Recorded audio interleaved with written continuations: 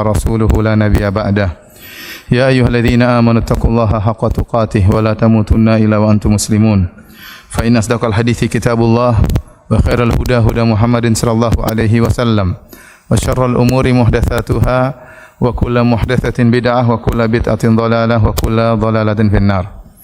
Hadirin dan hadirat yang dirahmati oleh Allah Subhanahu wa taala. Alhamdulillah pada kesempatan hari ini Allah Subhanahu wa taala mempertemukan kita di masjid yang penuh berkah ini, Masjid Al-Azhar di Cempaka Putih ya. Semoga pertemuan kita diberkahi oleh Allah Subhanahu wa taala. Salawat dan salam tercurahkan selalu kepada junjungan kita Nabi Muhammad sallallahu alaihi wasallam dan juga kepada keluarganya serta seluruh sahabat beliau tanpa terkecuali. Pada kesempatan kali ini kita berkumpul bersama-sama untuk mempelajari dan belajar bagaimana kita bisa menjadi hamba yang bersyukur kepada Allah Subhanahu wa taala. Dan tentunya menjadi hamba yang bersyukur kepada Allah bukanlah perkara yang mudah. Karena syukur merupakan ibadah yang sangat agung. Dia ibadah yang berkaitan dengan amalan hati, amalan lisan, ya, dan juga anggota tubuh. Ya, oleh karenanya bersyukurlah ibadah yang berkaitan dengan amalan hati, amalan lisan dan juga amalan tubuh. Dan bersyukur adalah setengah dari keimanan. Sebagaimana perkataan Ibnu Qayyim rahimahullahu taala, al-imanu nisfan. Bahwasanya iman itu ada dua, nisfun syukrun wa nisfun sabrun. Bahwasanya iman itu ada dua, setengahnya adalah bersyukur dan setengahnya adalah bersabar. Kenapa beliau bisa mengatakan demikian? Karena kehidupan manusia tidak terlepas dari dua kondisi. Kondisi dia diuji oleh Allah dengan kenikmatan-kenikmatan, atau kondisi dia diuji oleh Allah Subhanahu wa taala dengan kesulitan dan kesulitan. Oleh karenanya Allah Subhanahu wa taala berfirman, "Wa nabluukum bisyarri wal khairi fitnah wa ilaina turja'un." Kullu nafsin dha'iqatul maut, setiap jiwa akan merasakan kematian. Wa nabluukum bisyarri wal khairi fitnah, dan kami akan menguji kalian dengan keburukan dan menguji kalian dengan kebaikan, dan kepada kamilah kalian akan dikembalikan. Ini sering saya sampaikan bahwasanya jangan dibayangkan oleh kita bahwasanya ujian itu hanyalah kesulitan saja, ya. Bukan hanya sakit, kesulitan, kekurangan harta. Di antara ujian yang Allah berikan kepada hamba-hambanya, nabluukum bil khairi, dan juga apa? Bisyarri wal khairi, kami menguji kalian dengan kebaikan, yaitu dengan kesehatan, dengan waktu luang, dengan kelapangan harta, ya. Sehingga Allah melihat apakah hambanya bersyukur atau tidak. Maka tatkala seorang hamba tidak terlepas dari dua kondisi ini, terkadang mendapatkan kenikmatan, terkadang mendapatkan kesulitan, maka dia berputar di antara dua posisi. Kalau diuji dengan kenikmatan dia bersyukur, kalau diuji dengan kesulitan maka dia bersabar. Dan kalau dia tidak bisa bersyukur maka dia berdosa. Dan kalau dia tidak bersabar tatkala diuji dengan kesulitan maka dia pun berdosa. Maka kalau dia berdosa dia beristighfar. Ya, makanya sebenarnya mengatakan unwanus sa'adah salasah. Tanda-tanda kebahagiaan itu pada seorang hamba ada tiga perkara. Idza u'tiya syakara, kalau diberi kenikmatan dia bersyukur. Wa idza butuliya sabara, kalau diberi ujian dia bersabar. Wa idza aznaba istaghfar, kalau dia berdosa dia beristighfar. Maka barang siapa yang berpindah kondisinya dalam tiga kondisi ini, diberi kenikmatan dia bersyukur, diberi ujian dia bersabar, tatkala berdosa segera dia beristighfar, maka inilah hamba yang bahagia, hamba yang bahagia. Dan seorang mukmin, ya, dia berusaha beribadah kepada Allah apapun kondisi yang Allah berikan kepada dia. Apakah dalam kondisi lapang ataupun dalam kondisi sempit. Ya. Oleh karenanya Nabi sallallahu alaihi wasallam bersabda, "Ajaban li amril mu'min, innal amrahu kullahu khair." Sungguh menakjubkan perkara seorang mukmin, sungguhnya perkaranya seluruhnya adalah kebaikan, adalah yang terbaik. Wa laysa dzalika illa lil mu'min, dan ini tidak bisa dialami kecuali oleh seorang mukmin. In asabahu sarra syakara, kalau dia mendapatkan kesenangan-kesenangan dia pun bersyukur kepada Allah. Fa kana khairan lahu, maka ini yang terbaik baginya. Wa in asabahu ad-dharra, kalau dia ditimpa dengan kesulitan-kesulitan, penderitaan, kesempitan, sabar, maka dia pun bersabar. Fa kana khairan lahu, dan ini adalah terbaik baginya. Ya, ini kondisi seorang mukmin yang sejati. Makanya saya ingatkan kepada diri saya dan kepada para hadirin, ya, masalah keimanan itu bukan cuma teori. Bukan cuma teori. Masalah tauhid, masalah akidah bukan cuma teori, harus ada prakteknya. Bagaimana seorang kemudian hafal ayat-ayat, hafal hadis-hadis, sering ikut pengajian, tapi tatkala ada masalah sedikit dia tidak bersabar. Ada masalah sedikit mudah marah-marah. Melemparkan kesalahan kepada orang ini namanya cuma sekedar teori, praktek enggak ada. Ya. Maka seorang mukmin yang sungguhnya kalau diberi kenikmatan dia bersyukur.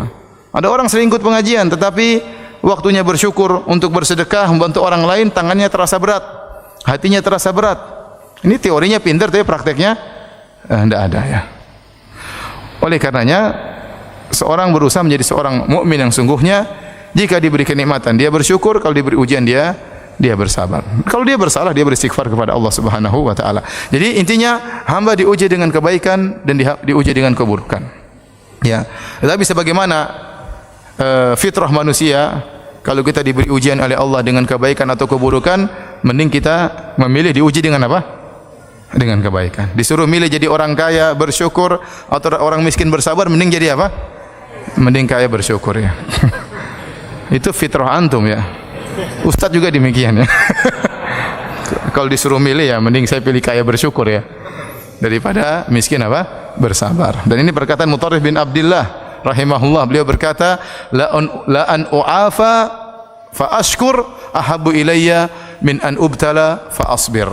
Saya diberi kelapangan oleh Allah Subhanahu wa taala, dijauhkan dari kesulitan, kemudian saya bersyukur, lebih saya sukai daripada saya diuji kemudian saya bersabar, ya. Tapi jadi masalahnya para hadirin hadirat, ya, kenapa tadi saya katakan ibadah syukur ibadah yang berat?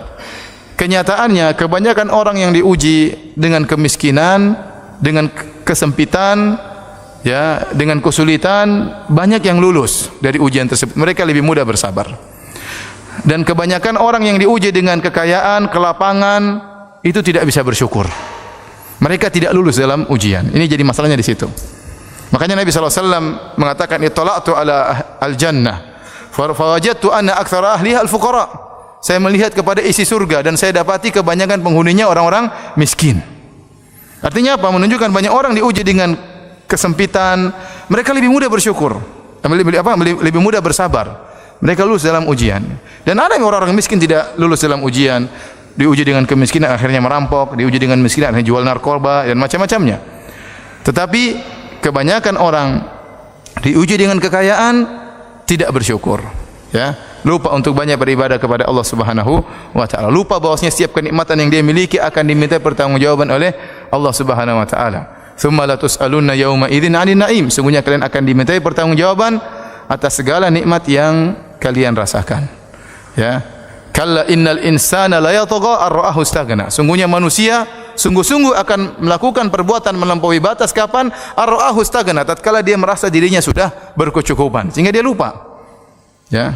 Makanya saya ulangi lagi, kebanyakan orang diuji dengan kekayaan tidak lulus. Kebanyakan orang diuji dengan kemiskinan apa? Lulus. Saya tanya lagi sama antum. Antum pilih mana? Diuji dengan kekayaan atau dengan kemiskinan? Ini di masjid, ya, siapa tahu dikabulkan doanya. Diuji dengan apa? Dengan apa? Kekayaan. Masih ngeyel. Saya sudah jelaskan.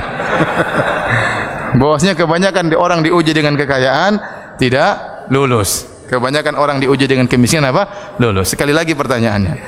Pilih mana? Diuji dengan kekayaan atau dengan kemiskinan? Kekayaan. Tidak ada khilaf kayaknya. Kenyataannya para hadirin hadirat yang dirahmati Allah Subhanahu wa taala, menjadi orang bersyukur, apakah syukur dengan kekayaannya, syukur dengan kesehatannya, syukur dengan ilmunya, syukur dengan waktu lapangnya, ya. Ini tidak mudah. Ya. Oleh karenanya ada seorang pernah berdoa didengar oleh Umar bin Khattab radhiyallahu taala anhu. Diriwayatkan oleh Imam Ahmad dalam kitab Az-Zuhud. Dia berkata, "Allahumma ja'alni minal aqallin." Ya Allah, jadikanlah aku termasuk orang-orang yang sedikit. Umar bertanya, kenapa berdoa seperti itu? Maka dia menjelaskan, orang-orang sedikit orang yang terbaik. Kata dia, bukankah Allah berfirman, wa ma amana ma'ahu illa qalil. Dan tidak beriman kepada Nabi Nuh kecuali apa? Sedikit orang. Allah juga berfirman, illal ladzina amanu wa 'amilus shalihat wa qalilum ma hum. Kecuali orang-orang yang beriman dan beramal saleh, dan hanya sedikit di antara mereka orang-orang seperti itu. Kemudian juga Allah Subhanahu wa taala berfirman, "Wa qalilun min ibadiyas syakur." Hanya sedikit dari hamba-hambaku yang bersyukur. Hanya sedikit dari hamba-hambaku yang bersyukur. Ini kenyataan. Ya. Karena ibadah syukur bukan ibadah yang mudah. Dan iblis telah bersumpah untuk menghalangi orang dari bersyukur kepada Allah. Dia bersumpah di hadapan Allah Subhanahu wa taala, "Tsumma la'atiyannahum min baini aydihim wa min khalfihim wa an aymanihim wa an syama'ilihim wa la tajidu aktsarahum syakirin." Ini sumpah iblis. Ya Allah, sungguh aku akan mendatangi mereka, anak keturunan Adam, dari hadapan mereka, akan aku goda dari hadapan mereka. Akan aku goda dari belakang mereka, akan aku goda dari kanan mereka, dan aku akan goda dari kiri mereka, dan kau akan dapati. Dan dia bersumpah, kebanyakan mereka ya Allah tidak bersyukur kepadamu. Ini sudah janji iblis.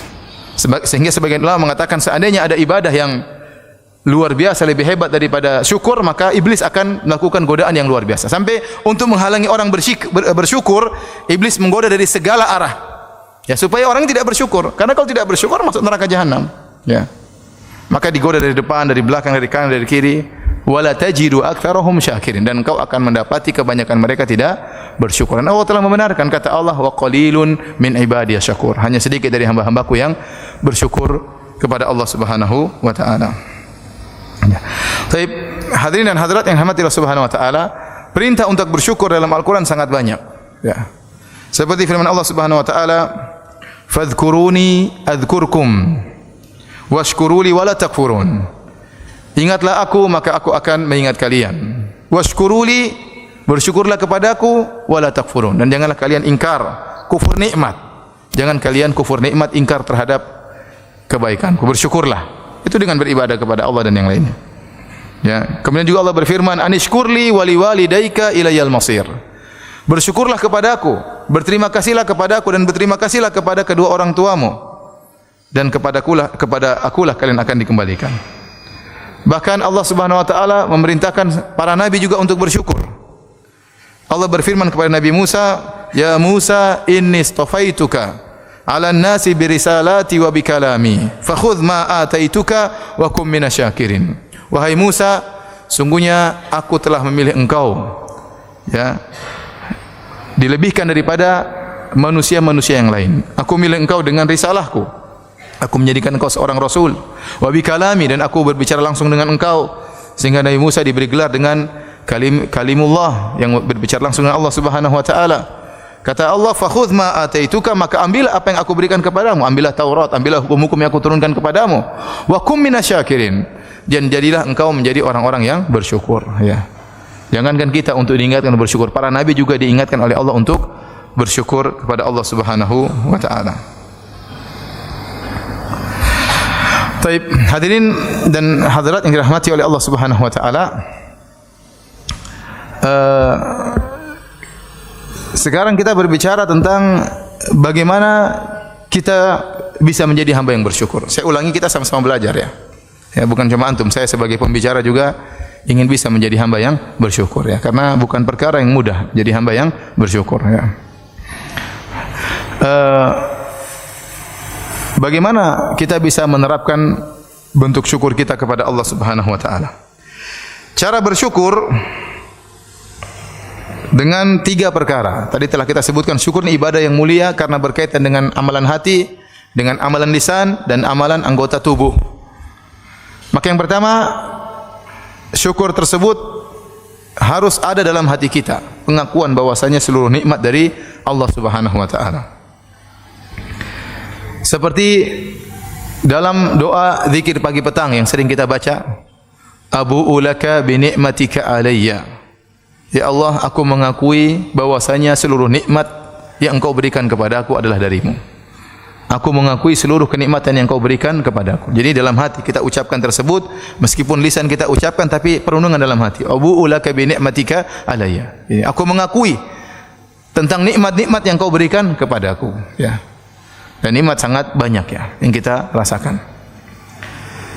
Kemudian juga, ya, seperti tatkala kita berumrah, kita bertalbiyah, kita mengatakan labbaik Allahumma labbaik, labbaik la syarika laka labbaik.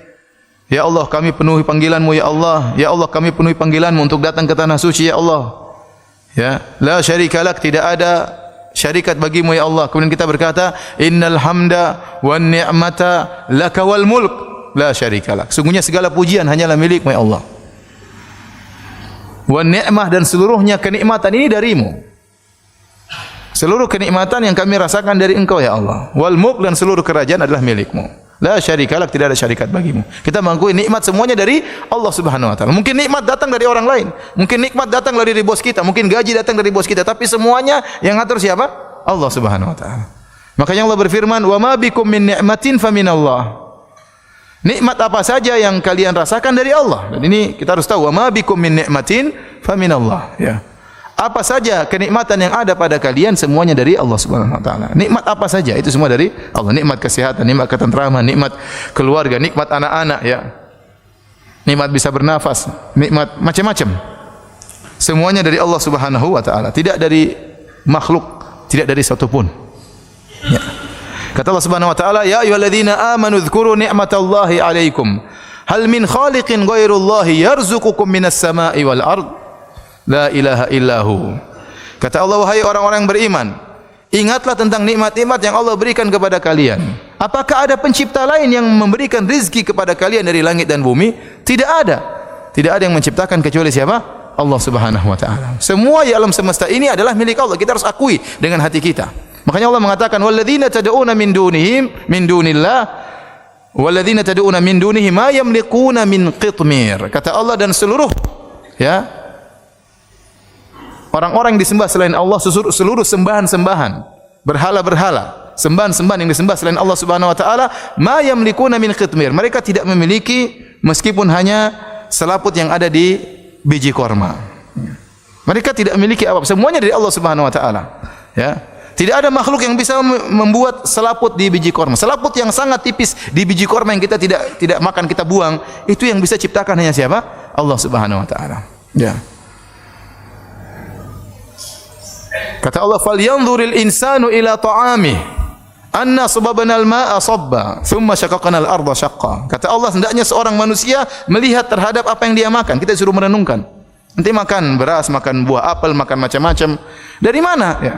Semuanya dari Allah Subhanahu wa taala. Apel kita makan, bijinya dari mana? Biji dari Allah.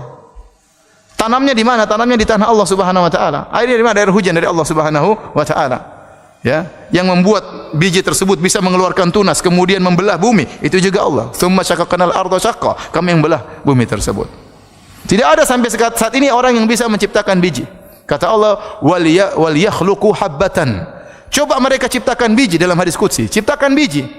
Seluruh pakar alam semesta berkumpul, dunia ini seluruh pakar fisika, pakar biologi, ya, seluruh pakar-pakar ilmuwan berkumpul ciptakan biji, kalau taruh di tanah bisa tumbuh? Enggak mungkin. Apalagi ciptakan telur kemudian taruh dieram sama ayam kemudian menetas. Orang Cina bisa bikin telur cuma bisa digoreng doang ya. Tapi kalau dieram menetas enggak ada, yang kasih ruh siapa? Allah Subhanahu wa taala. Jangankan telur menetas, biji saja ditanam tumbuh enggak ada yang bisa. Ya, maka semuanya ini dari Allah Subhanahu wa taala. Wa ma bikum min ni'matin faminallah. Apa saja kenikmatan yang kalian rasakan semuanya dari Allah Subhanahu wa taala. Ini harus pengakuan dari hati kita. Ya. Setelah kita mengakui seluruh kenikmatan dari Allah Subhanahu wa taala, ini adalah ibadah hati ya. Maka bersyukur pula dengan lisan. Dengan lisan, dengan memuji Allah Subhanahu wa taala. Dengan memuji Allah Subhanahu. Di antaranya setelah selesai salat kita berzikir subhanallah, subhanallah, subhanallah 33 kali. Kemudian kita berzikir alhamdulillah, alhamdulillah, alhamdulillah. Dan saya berharap kita semua tatkala berzikir selepas salat ya, benar-benar serius merenungkan makna alhamdulillah, alhamdulillah, alhamdulillah. Ada nikmat tersendiri yang Allah berikan, bukan cuma nikmat tatkala kita salat.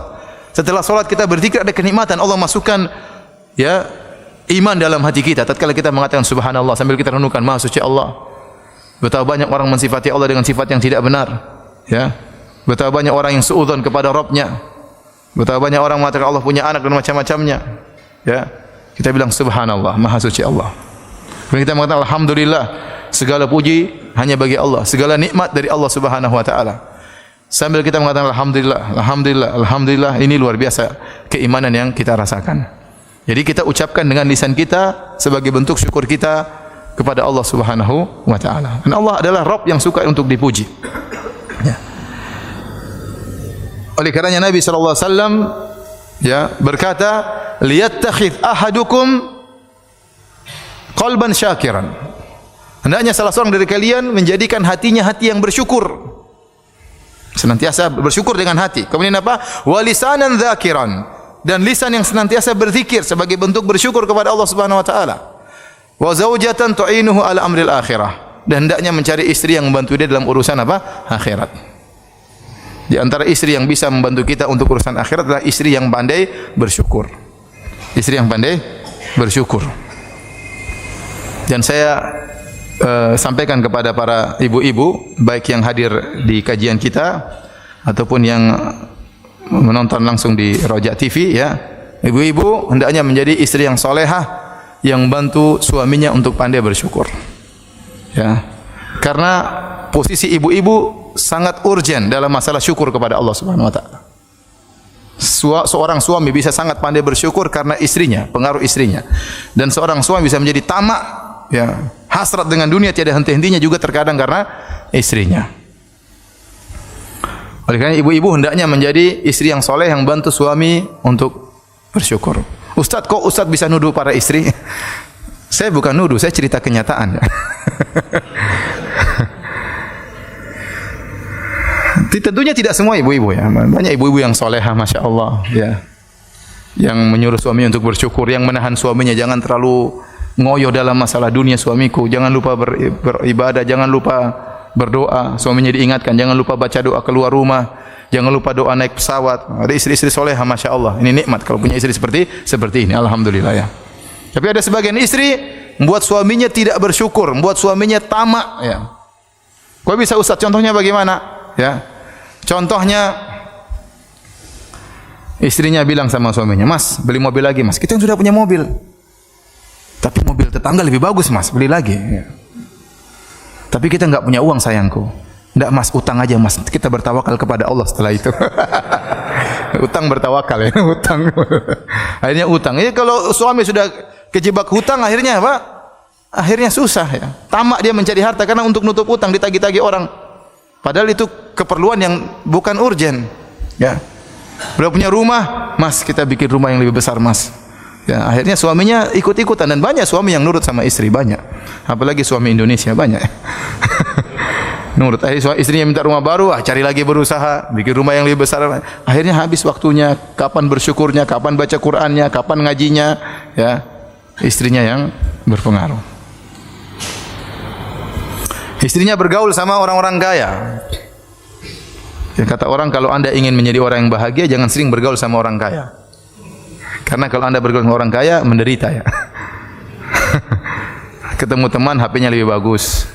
Ketemu teman, mobilnya lebih bagus. Masuk ke rumah teman, rumahnya lebih apa? Bagus. Kayaknya menderita. Ente ingin bahagia, main sama orang miskin. Temu nggak punya mobil. Alhamdulillah saya punya mobil. HP-nya HP jadul. Kita bersyukur HP saya lebih bagus ya. Nah, apalagi ibu-ibu. Kalau ibu-ibu sudah bergaul sama ibu-ibu yang kaya, ya, waduh. Dan sering terjadi ejek-ejekan di antara ibu-ibu. Ini sering terjadi.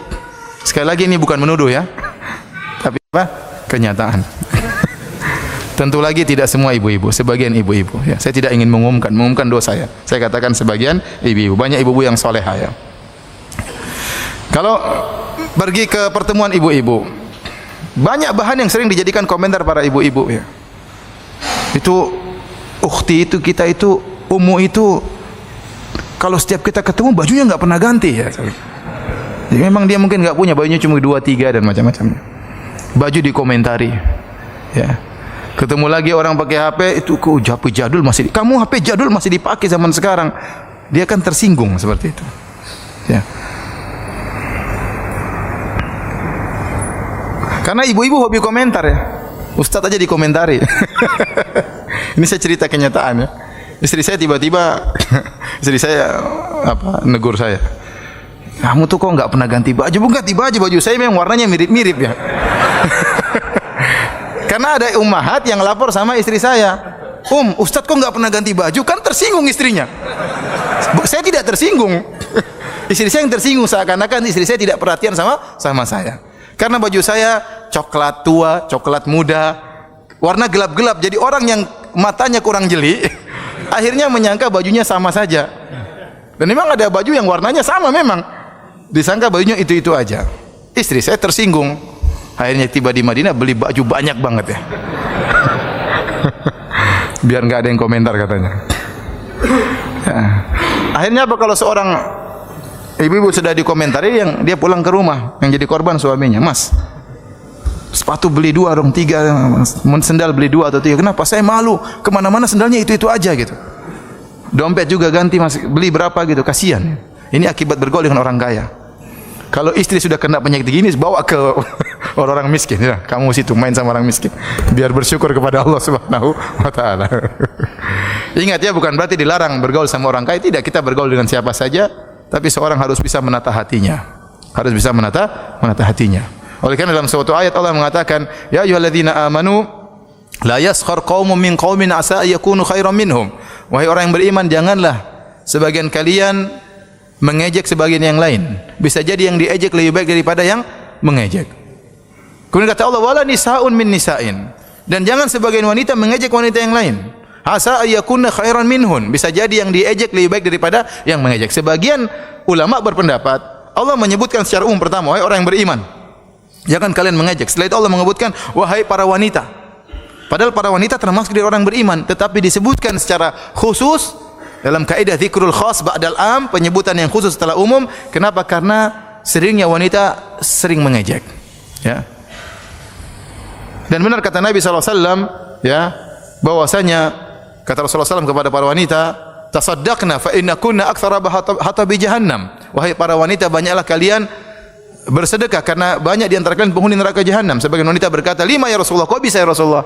Kata Rasulullah SAW, li'anna kunna takfurnal ashir, karena kalian tidak berterima kasih kepada suami, tidak bersyukur kepada suami, nuntut terus kerjanya. Ya. Kemudian wa tukthirna la'nah, karena kalian sering melaknat, sering mengumpat. Sehingga wanita di antara wanita yang lain sering mengejek dalam banyak sisi. Sepatu diejek, HP diejek, dompet diejek, datang ke rumahnya, rumahnya kompro, rumahnya jorok, jadi bahan ejekan banyak. Anaknya enggak diurus, jadi wanita sering mengejek di antara mereka. Sehingga dikhususkan penyebutan mereka karena mereka seperti itu. Sehingga tatkala kemudian banyak melihat yang lebih bagus dari miliknya, baik HP-nya dan rumahnya, akhirnya pulang ke rumah, suaminya disuruh untuk beli ini, beli anu, dituntut untuk beli macam-macam. Akhirnya istri tidak bersyukur, suaminya pun akhirnya tidak bersyukur. Makanya saya ingat kembali kepada ibu-ibu, hendaknya menjadi istri yang solehah. Ya, kata Nabi SAW, liyattakhid ahadukum qalban syakiran. Hendaknya salah seorang dari kalian menjadikan hatinya hati yang bersyukur, wa lisanan dzakiran, lisan yang senantiasa berzikir, wa zaujatan tu'inuhu ala amril akhirah, dan istri yang membantu dia untuk urusan akhirat. Jadi seorang istri berusaha untuk menjadikan suaminya sebagai suami yang qanaah, suami yang pandai bersyukur kepada Allah Subhanahu wa taala. Jadi kita disuruh untuk banyak berzikir sebagai bentuk bersyukur kepada Allah. Nabi SAW, ya, dari bangun tidur sudah memuji Allah Subhanahu wa taala. Tatkala mau tidur juga memuji Allah Subhanahu wa taala. Di antara doa bangun tidur, Nabi berdoa, alhamdulillahi ahyana ba'da ma amatana wa ilaihin nusyur. Segala puji bagi Allah. Bangun tidur langsung memuji Allah. Kita juga demikian. Bangun tidur langsung muji Allah, jangan lihat HP langsung. Bangun tidur langsung lihat WhatsApp, jangan. Bangun tidur puji dulu Allah. Alhamdulillahilladzi ahyana ba'da ma amatana wa ilaihin nusyur. Ya. Segala puji bagi Allah yang telah menghidupkan kita kembali. Ya. Setelah mematikan kita. Jadi tidur itu kematian. Kita enggak tahu kalau tidur bisa bangun atau tidak, ya. Makanya Rasulullah SAW waktu doa tidur beliau mengatakan, subhanakallahumma rabbi bika wada'tu jambi wa bika arfa'u in amsakta nafsi faghfir laha wa in arsaltaha fahfadha bima tahfadhu bihi ibadaka shalihin. Ya Allah, dengan Engkau lah aku bisa meletakkan lambungku, bersyukur kepada Allah. Dan dengan sebab Engkau aku bisa mengangkat apa? Lambungku. Ini doa Nabi waktu mau tidur.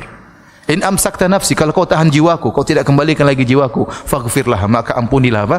Jiwaku. Wa in arsaltaha, kalau kau kembalikan jiwaku, fahfadha bima, maka jagalah jiwaku sebagaimana engkau menjaga hamba-hambamu yang saleh. Ya. Tatkala kita bisa hidup kembali, ini nikmat dari Allah.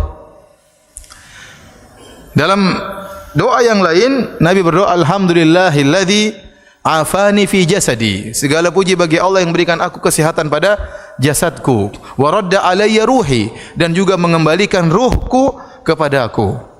Wa adzina li bi dzikrihi, dan Allah mengizinkan aku untuk bisa berzikir kepadanya. Ini kita syukuri. Bangun alhamdulillah dalam kondisi sehat.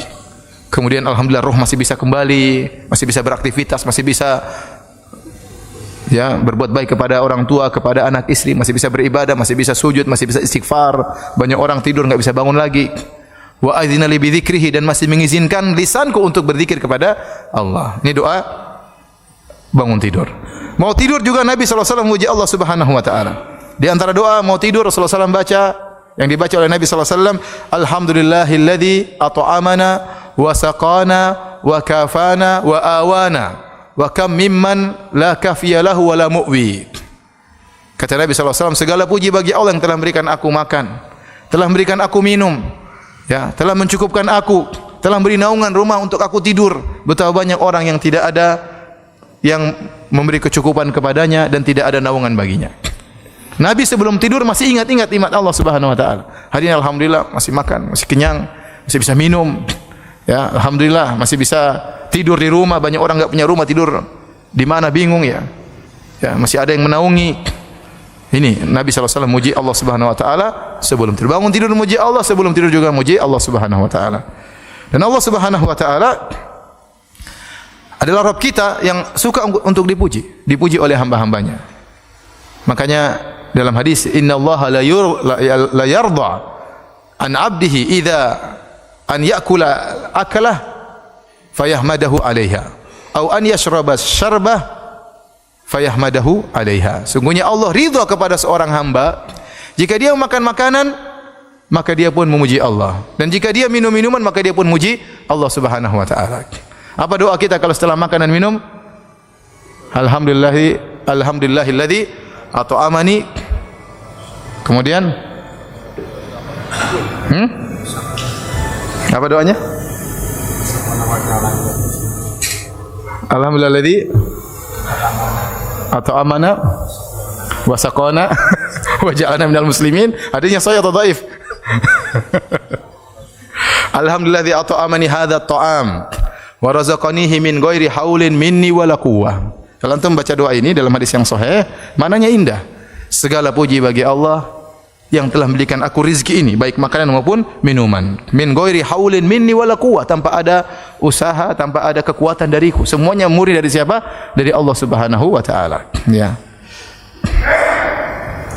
Ya. Ada sebagian ustaz cerita anaknya habis makan baca doa ini. Sudah hafal, masih kecil di Madinah. Alhamdulillah at'amani hadza at'am wa razaqanihi min ghairi haulin minni wala quwwah. Segala puji bagi Allah yang memberikan aku rezeki ini tanpa ada kekuatan upaya dariku, wala quwwah, dan tidak ada kekuatan dariku. Dia bilang, "Abi, katanya wala quwwah. Di sini saya makan enggak ada kuahnya, Abi." Disangka makanannya, ya Allah, terima kasih atas kuah yang kau berikan kepadaku. Padahal kuah itu maksudnya apa? Kekuatan. Baik, jadi kita berusaha untuk memuji Allah Subhanahu wa taala. Oleh karenanya di antara hamba-hamba Allah yang sangat pandai bersyukur, tentunya para nabi seluruhnya pandai bersyukur. Di antaranya adalah Nabi Ibrahim alaihissalam. Allah mensifati Nabi Ibrahim dengan pujian yang luar biasa. Kata Allah Subhanahu wa taala, "Inna Ibrahim kana ummatan qanitan lillah hanifan wa lam yakun minal musyrikin syakiran li an'umi ijtabahu wa hadahu ila siratal mustaqim." Kata Allah, sungguhnya Ibrahim itu adalah qudwah ummah, yaitu adalah teladan. Kemudian senantiasa beribadah kepada Allah Subhanahu wa taala, hanifan, jauh dari kesyirikan, condong kepada tauhid dan tidak pernah berbuat syirik sama sekali. Kemudian kata Allah, syakiran li an'umih, senantiasa bersyukur ya dengan nikmat-nikmat yang Allah berikan kepadanya. Allah menggunakan kalimat syakiran, itu isim fa'il. Kalau isim fa'il itu menunjukkan senantiasa, syakiran. Ya. Senantiasa bersyukur kepada Allah li an'umih, atas nikmat-nikmat yang Allah berikan kepadanya. Perhatikan di sini, Allah menggunakan wazan af'ul li an'umih. Karena nikmat itu wazannya bisa dijamak dengan ni'am, ya. Di antaranya bisa an'um. Apa bedanya?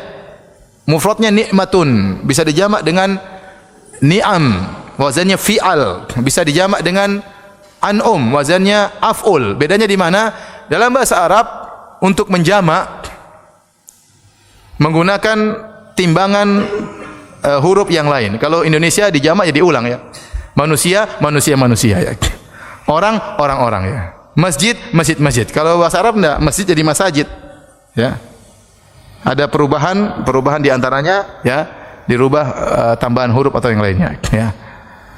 Jadi kalau menerjemahkan bahasa Arab terkadang jadi panjang banget ya. Karena kalau sudah jamak jadi apa? Diulang ya. Kereta ya kereta-kereta ya. Pertolongan jadi panjang. Nah, kalau orang Arab ni'mah mufradnya kata tunggal bisa dirubah menjadi ni'am atau an'um. Nah, kalau apa bedanya? Jadi dirubah dengan jamak taksir ya. Jamak taksir bisa dua makna. Ada namanya jam'ul kasrah, ada nama jam'ul qillah. Jam'ul kasrah itu timbangan huruf yang menunjukkan benda tersebut banyak, lebih dari 10. Adapun jam'ul qillah itu timbangan huruf yang menunjukkan benda tersebut banyak tapi kurang dari 10. Namanya jam'ul qillah. Dan Allah tatkala menunjukkan Nabi Ibrahim alaihissalam bersyukur, Allah menggunakan syakiran li an'umih. Yaitu dia senantiasa bersyukur li an'umih yang menunjukkan jam'ul qillah, jamak yang menunjukkan nikmat tersebut antara 3 sampai 9. Sedikit. Sehingga Imam Syaukani rahimahullah dalam kitabnya Fathul Qadir tatkala mengomentari ayat ini, beliau berkata Nabi Ibrahim alaihissalam ya senantiasa bersyukur kepada Allah bahkan pada nikmat-nikmat yang sedikit. Bukan hanya nikmat-nikmat besar yang dia syukuri kepada Allah, nikmat-nikmat yang sedikit yang mungkin terkadang kita lalaikan itu disyukuri oleh Nabi Ibrahim alaihissalam. Jadi seluruh nikmat yang dia rasakan dia syukur kepada Allah Subhanahu wa taala. Kita kalau mensyukuri nikmat-nikmat besar sering atau dapat proyek besar kita masyaallah alhamdulillah bersyukur kepada Allah Subhanahu wa taala. Ya. Tahu-tahu alhamdulillah tadinya bujangan kemudian menikah, oh alhamdulillah dapat istri bersyukur kepada Allah Subhanahu wa taala ya. Tahu-tahu ada pengumuman bisa naik haji bersyukur kepada Allah. Ini biasa orang bersyukur nikmat yang besar. Jadi masalah bisakah kita bersyukur dengan nikmat-nikmat yang sedikit? Harus kita latih diri kita. Nikmat sedikit yang mungkin anggap sedikit makan. Ini padahal bukan nikmat sepele ya. Makan, ada makanan bisa mengenyangkan itu nikmat yang luar biasa. Ya, Nabi Ibrahim alaihissalam terhadap nikmat-nikmat yang sedikit dia bersyukur kepada Allah, apalagi terhadap nikmat-nikmat yang besar. Sering kita lupa kalau kita dapat nikmat-nikmat yang sedikit ya. Kita sering lupa seakan-akan kita bisa bernapas ini memang sudah tugas dari Allah Subhanahu wa taala. Padahal itu nikmat ya. Bisa melihat, bisa memandang, bisa mendengar seakan-akan itu bukan nikmat, padahal itu nikmat. Nikmat yang luar biasa. Tapi sering kita lupa untuk bersyukur kepada Allah Subhanahu wa taala. Sebenarnya Allah mengatakan kalau Anda ingin tahu bagaimana nikmat memandang, sekali-sekali bangun tidur kemudian tutup mata Anda, bangun tidur tutup mata, kemudian jalanlah menuju ke kamar mandi. Coba tanpa melihat, kan susah. Masuk kamar mandi kemudian cari odol di mana, cari sabun di mana, ya, handuk di mana, ya. Setengah mati, enggak gampang. Kehilangan pandangan itu tidak adalah musibah yang besar. Padahal kita alhamdulillah senantiasa mau lihat kapan mau lihat, mendengar kapan mendengar, mau berbicara, ya. Kemarin saya ketemu dengan sebagian ikhwan, subhanallah masih umur 41, kena gula kemudian kena stroke. Alhamdulillah stroke-nya sudah sembuh tapi masih ada asarnya. Dia berbicara dengan saya, berusaha menjelaskan, susah dia jelaskan. Kenapa lisannya enggak bisa lurus lagi? Ngomongnya susah banget. Benar kita bicara enak, ngomong apa aja bisa. Dia mau bicara sudah susah. Kenapa? Dulu dia bicara dengan mudah. Allah cabut nikmat tersebut, sudah susah dia mengungkapkan sesuatu. Oleh karena para hadirin, ya, lihat Nabi Ibrahim alaihissalam bersyukur dengan segala nikmat yang Allah berikan kepada dia. Minimal kita dalam hati kita ya, bahwasanya Allah berikan kita berbagai macam kenikmatan. Taib, jadi kita bersyukur kepada Allah dengan lisan kita, memuji Allah Subhanahu wa taala. Ya. Sering kita mengatakan alhamdulillah, alhamdulillah ala kulli hal. Ya, subhanallah bihamdihi. Ya, itu di antara makna subhanallah bihamdihi, maha suci Allah disertai dengan memujinya. Subhanallah bihamdihi itu maksudnya apa? Maha suci Allah disertai dengan pujian. Wa bihamdihi itu kita memuji siapa? Allah Subhanahu wa taala. Taib. Kemudian di antara bentuk bersyukur kepada Allah, bersyukur dengan anggota tubuh, bersyukur dengan anggota tubuh. Caranya bagaimana? Dengan beribadah kepada Allah Subhanahu wa taala. Dengan beribadah kepada Allah Subhanahu wa taala. Ya, sebelum kita menyampaikan masalah ini ada satu perkataan Syekh Utsaimin dalam kitabnya Syarhul Mumti' ya. tentang masalah bersyukur kepada Allah, memuji Allah Subhanahu wa taala, ya. Betapa sering kita lupa dengan nikmat-nikmat Allah Subhanahu wa taala sehingga kita tidak bisa bersyukur dengan sebaik-baiknya. Kata beliau, apa hikmah tatkala kita keluar dari toilet kemudian kita mengatakan ghufranaka? Kalau kita keluar dari toilet apa doanya? Ghufranaka. Doa yang lain apa? Hadis dhaif lagi ya. Kita keluar dari toilet kita bilang ghufranaka. Ya Allah, ampunanmu ya Allah. Kata Syekh Utsaimin, kenapa? Karena kita mengaku kepada Allah, ya Allah, aku tidak mampu bersyukur kepadamu dengan sesungguhnya. Ya, kenapa? Kita bisa dibuat buang air itu nikmat. Seandainya kotoran tersebut tidak bisa keluar, maka itu sangat penderitaan yang luar biasa. Ya. Ternyata kita bisa masuk ke toilet, bisa buang air. Ini nikmat yang luar biasa, sering kita lupakan. Sehingga kita mengatakan, ya Allah, ampunanmu ya Allah. Ya. Karena kita tidak mampu bersyukur kepada Allah dengan semestinya. Kalau mau setiap nikmat kita bersyukur, kita tidak bakalan mampu. Ya.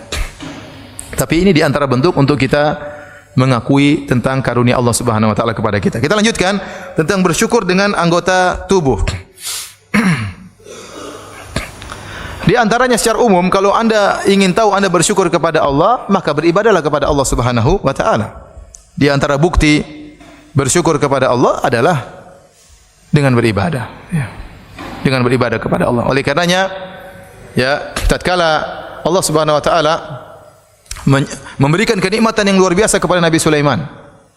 Nikmat yang luar biasa, kerajaan yang luar biasa sampai Nabi Sulaiman menguasai para jin, bahkan syaitan juga dikuasai oleh Nabi Sulaiman. Ya, angin dikuasai oleh Nabi Sulaiman, pasukannya juga pasukan hewan, bisa berbicara dengan bahasa hewan, luar biasa. Tidak pernah Allah berikan kepada nabi-nabi yang lain, dan Allah tidak akan berikan lagi kepada nabi-nabi yang lain. Karena dia berdoa dengan kata dia, habli mulkan la yambagi li ahadin min ba'di. Ya Allah, berikanlah aku kerajaan yang tidak boleh lagi kepada seorang pun setelahku. Maka Allah berikan dia berbagai macam mukjizat. Setelah Allah sebutkan tentang nikmat-nikmat tersebut kepada Nabi Sulaiman, kata Allah, i'malu ala Dawud syukran wa qalilun min ibadiyas syakur. Kata Allah, beramalah wahai keluarga Daud, yaitu Sulaiman bin Daud, Nabi Sulaiman, dan dia keluarga Daud, kan ayahnya Daud alaihissalam, syukran sebagai bentuk bersyukur kepada Allah. Wa qalilun min ibadiyas syakur, dan hanya sedikit dari hamba-hambaku yang bersyukur. Ya. Jadi di antara bukti Anda bersyukur, Anda beramal saleh. Enggak usah banyak teori. Saya ini orang bersyukur tapi salat malas. Ini ngomong kosong itu. Ya. Saya orangnya bersyukur kepada Allah, tapi zikir juga malas, enggak pernah baca Quran. Syukur dari mana? Ya. Saya bersyukur kepada Allah, tetapi pelit kalau bersedekah. Syukur dari mana? Kita enggak pengin banyak teori, pengin prakteknya. Kalau Anda banyak beribadah, berarti Anda bersyukur kepada Allah. Karena yang berikan rezeki kepada Anda adalah Allah Subhanahu wa taala. Ya. Kita saja kalau kita kerja sama seorang bos kita nyuruh kita apa saja, kita nurut atau tidak? Nurut. Mau jam berapa saja kita datang, kita nurut karena kita bersyukur kepada bos. Padahal nikmat yang Allah berikan kepada kita luar biasa. Ya. Maka bukti Anda bersyukur kepada Allah, Anda taat kepada Allah, beribadah kepada Allah Subhanahu wa taala. Di antaranya Nabi SAW menyebutkan tentang mensyukuri apa namanya, engsel-engsel tubuh. Ini apa namanya nih? Sendi-sendi tubuh. Engsel ya. Sendi-sendi tubuh. Alhamdulillah kita bangun pagi bisa gerak, bisa macam-macam ya. Ya. Antum bayangkan kalau bangun pagi kemudian kena asam urat, kan setengah mati ya. Bayangkan jalan setengah mati. Saya ketemu teman masih muda, ketemu di mana? Ustaz Firanda ya. Tahu-tahu pakai tongkat 2. Kenapa kakinya? Asam urat Ustaz, kasihan. Ada orang badan kekar, kemarin jalan minggu-minggu. Kenapa? Badannya kekar, asam urat. Mau apain? Ada orang sudah susah lututnya, ya sakit terus. Kenapa? Katanya pelicinnya sudah habislah, macam-macam lah. Kita alhamdulillah gerak-gerak macam-macam mudah. Coba lihat orang kalau kena apa namanya, orang bilang apa? Saraf terjepit itu. Waduh, itu sakitnya luar biasa. Makanya Nabi SAW berkata, yusbihu ala kulli sulama min ahadikum sadaqah. Sungguhnya setiap sendi yang ada pada tubuh kalian setiap pagi wajib untuk disyukuri dengan sedekah. Ya, dan kita ada 360 sendi. Satu sendi saja enggak beres, sakitnya luar biasa. Dan ini saya dengar sebagian dokter cerita kepada saya waktu saya hajian Kemarin dokter cerita, Ustaz, gara-gara hadis ini ada orang masuk Islam. Kenapa? Ada seorang pakar sendi, dia menghitung sendi-sendi dalam tubuh manusia, ternyata benar 300 berapa? 60. Padahal yang mengucapkannya Nabi SAW 1400 tahun yang lalu. Akhirnya dia masuk Islam gara-gara hadis ini. Ya. Jadi satu sendi saja enggak beres, kita menderita dan sakitnya luar biasa. Maka kata Nabi, setiap sendi dari 360 sendi wajib untuk disedekahkan sebagai bentuk syukur kepada Allah Subhanahu wa taala. Kemudian Nabi menjelaskan cara bersyukur seperti apa? Kullu tahmidatin shadaqah. Kullu tasbihatin shadaqah. Bertasbih itu sedekah sebagai bentuk syukur kepada sendi. Memuji Allah juga sedekah. Kullu tahlilatin la ilaha illallah juga sedekah. Kullu takbiratin sedekah. Setiap bertakbir sedekah. Amrun bil ma'ruf sedekah. Menyeru orang kepada kebaikan sedekah. Wa nahyun 'anil munkar, mencegah orang dari perbuatan munkar juga sedekah. Kemudian kata Nabi, wa yujzi an dzalika rak'atani yarka'uhuma minadh duha. Dan cukup mewakili itu seluruhnya dengan salat 2 rakaat di waktu apa? Duha. Itu sebagai bentuk syukur Anda kepada Allah. Jadi syukur beribadah kepada Allah Subhanahu wa taala. Semakin Anda banyak bersyukur, banyak beribadah, Anda membuktikan Anda banyak bersyukur. Makanya Nabi SAW waktu salat sampai kakinya bengkak. Ya, maka istrinya bertanya, Rasulullah, Anda salat sampai seperti ini, ya, hatta tatawarram qadamah, sampai keduanya kakinya bengkak, pecah-pecah. Kata Nabi SAW, afala akunu abdan syakuran. Kenapa aku tidak menjadi hamba yang bersyukur kepada Allah Subhanahu wa taala? Jadi, saya ingatkan kepada hadirin dan hadirat, ya, bukti yang paling nyata Anda bersyukur adalah dengan beribadah. Ya, Anda bersyukur dengan hati, iya, itu penting. Dengan mengakui segala nikmat dari Allah Subhanahu wa taala. Bersyukur dengan lisan, dengan memujinya, itu juga penting. Yang paling penting praktek dengan ibadah. Ibadah apa saja? Ya, berbakti kepada orang tua berarti Anda bersyukur kepada orang tua dan bersyukur kepada Allah, karena Allah yang suruh Anda berbakti kepada kedua orang tua.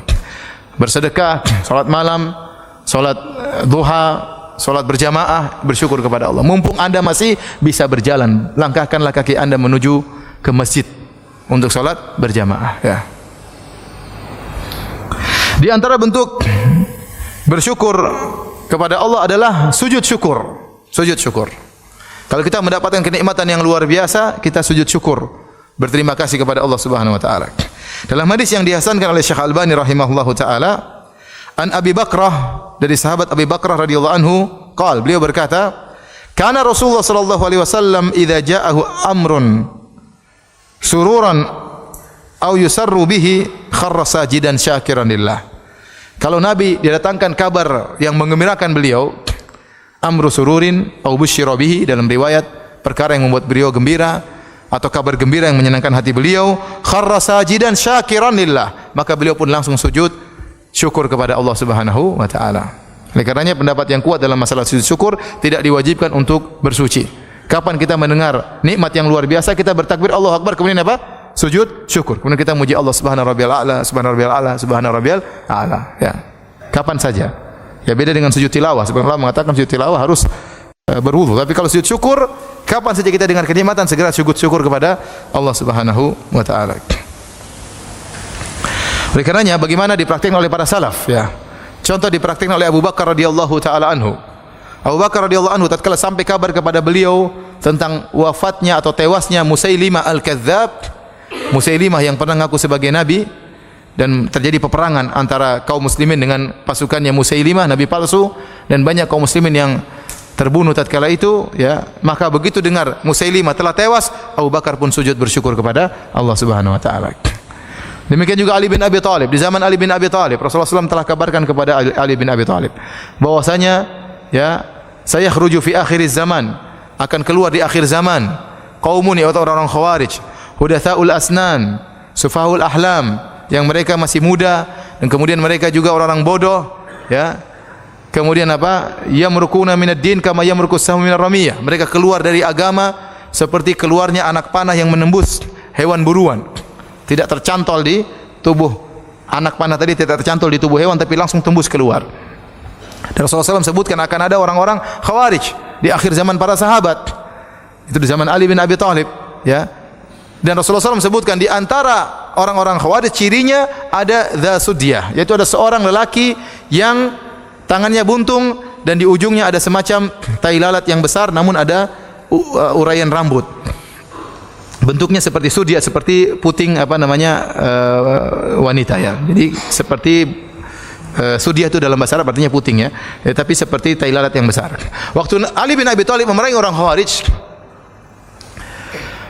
setelah selesai peperangan tersebut, Ali bin Abi Thalib menyuruh para anak buahnya, iltamisu dza sudyah. Carilah kalian orang yang memiliki ciri seperti itu. Maka para sahabat cari di antara orang-orang yang terbunuh, enggak dapat. Ya ruku jabinuhu, maka Ali pun berkeringat, bercun keringat. Ya, khawatir salah ini, padahal Nabi sudah sebutkan, tapi Ali yakin bahwasanya yang dia perangi adalah orang Khawarij. Maka Ali berkata, "Inni ma kadzabtu wala kudzibt." Sungguhnya aku tidak berdusta dan saya juga tidak mungkin didustai. Karena yang menyampaikan bahwasanya ada orang ciri seperti itu adalah Rasulullah sallallahu alaihi wasallam. Rasul kata Ali, "Cari lagi."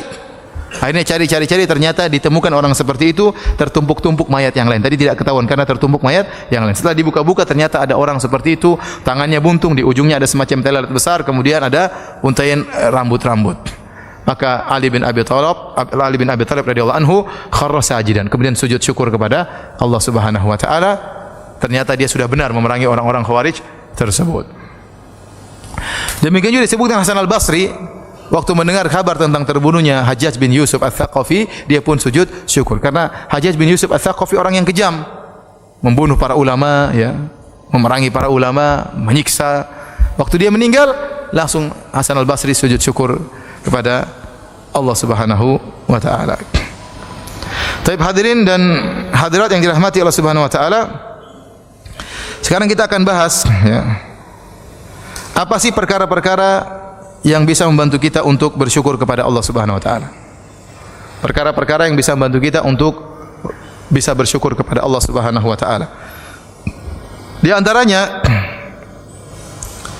yang pertama, sebagaimana dalam hadis yang masyhur, yaitu dalam masalah dunia suruh lihat ke bawah, jangan lihat ke atas. Rasulullah SAW bersabda dalam hadis Abu Hurairah radhiyallahu anhu, ya, riwayat Tirmidzi, kata Nabi SAW, "Unzuru ila man huwa asfala minkum, wa la tanzuru ila man huwa fawqakum, fa innahu ajdaru alla tasdaru ni'matallahi alaikum." Kata Nabi SAW, lihatlah dalam masalah dunia, lihatlah ke bawah orang yang lebih rendah dari kalian, dan jangan lihat ke atas. Nabi larang, jangan lihat ke atas. Nabi larang. Ini bukan anjuran, larang. Kata Nabi, "Wa la tanzuru", jangan lihat ke atas. Fa innahu ajdaru alla tasdaru ni'matallahi alaikum. Kalau kalian lihat ke bawah, kalian tidak akan pernah meremehkan nikmat Allah Subhanahu wa taala. Maka seorang dalam masalah dunia hendaknya lihat ke bawah, jangan lihat ke atas. Kalau lihat ke atas, dia tidak akan pernah bahagia. Dia tidak akan pernah qanaah, dia tidak akan pernah bersyukur karena lihat ke atas terus, tidak pernah puas dengan nikmat Allah. Maka suruh lihat ke bawah. Bagaimanapun kondisi kita, ikhwan dan akhwat, bapak dan ibu yang dirahmati Allah Subhanahu wa taala, bagaimanapun sulitnya kondisi kita, pasti ada orang lebih sulit daripada kita. Pasti ada orang lebih sulit daripada kita. Kalau Anda punya mobil butut, bersyukurlah kepada Allah Subhanahu wa taala. Masih banyak orang tidak punya mobil. Anda tidak punya mobil, hanya punya motor, bersyukurlah kepada Allah. Masih banyak orang tidak punya motor, masih naik sepeda. Anda punya sepeda, bersyukurlah kepada Allah. Masih banyak orang tidak punya sepeda, jalan kaki. Anda tidak punya sepeda, ya, hanya berjalan kaki, bersyukurlah kepada Allah. Masih banyak orang tidak bisa jalan. Ya. Oleh karenanya, betapapun kondisi orang, kalau lihat ke bawah dia akan bersyukur kepada Allah Subhanahu wa taala. Tapi kalau lihat ke atas, masalah dunia tidak akan pernah berhenti. Manusia tidak ada titik klimaks dalam mencari harta, tidak ada titik klimaks dalam mencari kepuasan. Sudah punya rumah, ingin punya rumah banyak lagi. Sudah punya mobil, ingin punya mobil banyak lagi. Ini sifat manusia. Kata Nabi sallallahu alaihi wasallam, "Lau kana li ibni Adam wadiyani min dhahab, labtaghu thalithan, wa ma yamla'u jawfa ila turab." Seandainya anak Adam memiliki 2 lembah emas, dia akan mencari lembah yang ketiga, dan dia tidak akan berhenti kecuali setelah mulutnya dipenuhi dengan pasir. Udah mati baru selesai. Selama dia masih hidup, dia tamak. Dan kita mendapati beberapa orang sudah tua, harusnya orang ini istirahat beribadah kepada Allah. Sudah kaya, seandainya dia tua miskin, ya mungkin kita tanggung jawab sebagai kepala rumah tangga. Ini udah tua, udah punya kekayaan, masih saja sibuk urusan dunia, tidak berhenti-berhenti. Menyedihkan. Kapan dia sisihkan waktu untuk beribadah kepada Allah Subhanahu wa taala? Tidak akan ada kepuasan, tamak terus. Kata Allah Subhanahu wa taala, "Alhaakumut takatsur." Kata Allah, "Alhaakumut takatsur hatta zurtumul maqabir." Kalian telah dibuat lalai oleh at-takatsur. Apa itu at-takatsur yang membuat manusia lalai? At-takatsur artinya berlomba-lomba untuk saling banyak-banyakan. Ini membuat kita lalai. Seorang Sudah punya rumah, pingin punya rumah besar. Kalau memang dia pingin punya rumah lebih besar karena ada keperluan, anaknya tambah banyak, istrinya tambah banyak, ya nggak jadi masalah. Ini anaknya 2, istrinya cuma 1, terus mau rumah besar-besar, ngapain? Karena untuk membangun rumah ini benar-benar melalaikan. Antum kira bangun rumah nggak melalaikan. Pertama cari tanah dulu, putar-putar sana sini, belum tentu dapat. Kemudian tawar-menawar tanah, kemudian macam timbun, kemudian bangun, ditongkrongi, ngurusi tukang dan macam-macamnya. Belum rubah-rubah ini, rubah anu, belum pilih ini, beli anu. Akan orang bangun rumah terkadang setahun 2 tahun.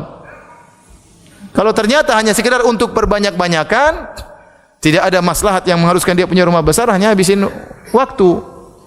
Ini benar, kapan baca Quran, kapan mau ikut pengajian, kapan mau macam-macam, susah. Jadi yang buat orang banyak lalai bukan masalah tidak cukup. Kalau orang tidak cukup kemudian karena miskin dia berusaha, kita bilang kita kasih uzur. Dia udah kerja ternyata gajinya tidak mencukupi untuk menafkahi anak istrinya. Dia kerja part time. Banyak orang seperti ini. Ini kita mungkin kasih uzur. Bagaimana lagi? Daripada dia ngemis, mending dia kerja lagi. Yang penting tidak meninggalkan sholat 5 waktu. Yang kita bicarakan bukan orang yang kekurangan, tapi sudah cukup tapi nggak puas. Dan banyak yang model seperti ini. Udah punya mobil, udah cukup, pingin yang lebih. Ah ini ganti dah, ini kepingin ini tahun sudah 5 tahun, ganti yang lebih baru lagi, ganti lebih baru lagi. Ngapain? Mobil sampai banyak, sampai 4, sampai 5 ya. Dipajang depan rumah, ya ngapain? Masya Allah, datang ke rumah dia ada mobil ini, mobil ini, mobil ini, mobil ini. Buat apa? Yang dia pakai cuma apa? 1. Enggak mungkin dia pakai langsung 4-4-nya kan. Ya akhi, ini semua dihisab nanti oleh Allah Subhanahu wa taala. Ini semua akan ditanya oleh Allah Subhanahu wa taala. Kalau Anda bisa jawab silakan, punya mobil 100 juga enggak jadi masalah. Ya Allah, saya punya mobil 100. Kenapa? Karena saya jadikan taksi semua. Ya enggak apa-apa. Banyak orang kerja, banyak orang mesti tapi kalau buat mejeng, buat gaya ngapain? Jadi yang buat orang banyak binasa, terlalaikan bukan karena kekurangan tapi karena berlomba-lomba, tidak ada kepuasan. Kata Allah, hatta zurtumul maqabir, sampai kalian masuk kuburan baru selesai. Sudah tidak lagi lomba-lomba. Oleh karena dalam masalah dunia, jangan lihat ke atas. Kalau Anda lihat ke atas, Anda tidak akan pernah bahagia. Tidak pernah akan bahagia. Kapan Anda mencapai rasa qanaah, Anda akan bahagia. Oleh karenanya qanaah itu temannya syukur itu kebahagiaan temannya qanaah. Kapan Anda bersyukur, kapan Anda qanaah, Anda akan bersyukur. Kapan Anda bersyukur, Anda akan bahagia. Kapan Anda tidak qanaah, Anda tidak akan bersyukur. Kapan Anda tidak bersyukur, Anda tidak akan pernah bahagia. Saya sering sampaikan, bisa jadi seorang supir lebih bahagia daripada majikannya. Saya ketemu dengan seorang supir murah senyum, ya, ramah, tidak ada wajah sumpek, senang-senang saja. Oh ya Ustaz, ya Ustaz. Saya tanya, Pak, kok senyum-senyum terus? Ya kita akan bersyukur Ustaz. Kita terima apa adanya Ustaz. Kalau kita bersyukur enak hidup ini Ustaz. Ini nyeramahi Ustaz, kurang ajar kan. Majikannya belum tentu. Mungkin naik mobil lebih mewah, mungkin banyak pikiran macam-macam, belum tentu. Ya. Makanya kebahagiaan itu bukan hanya dimiliki orang kaya. Yang penting Anda qanaah, Anda akan bersyukur. Kalau Anda bersyukur, Anda pasti bahagia. Anda pasti bahagia. Ya.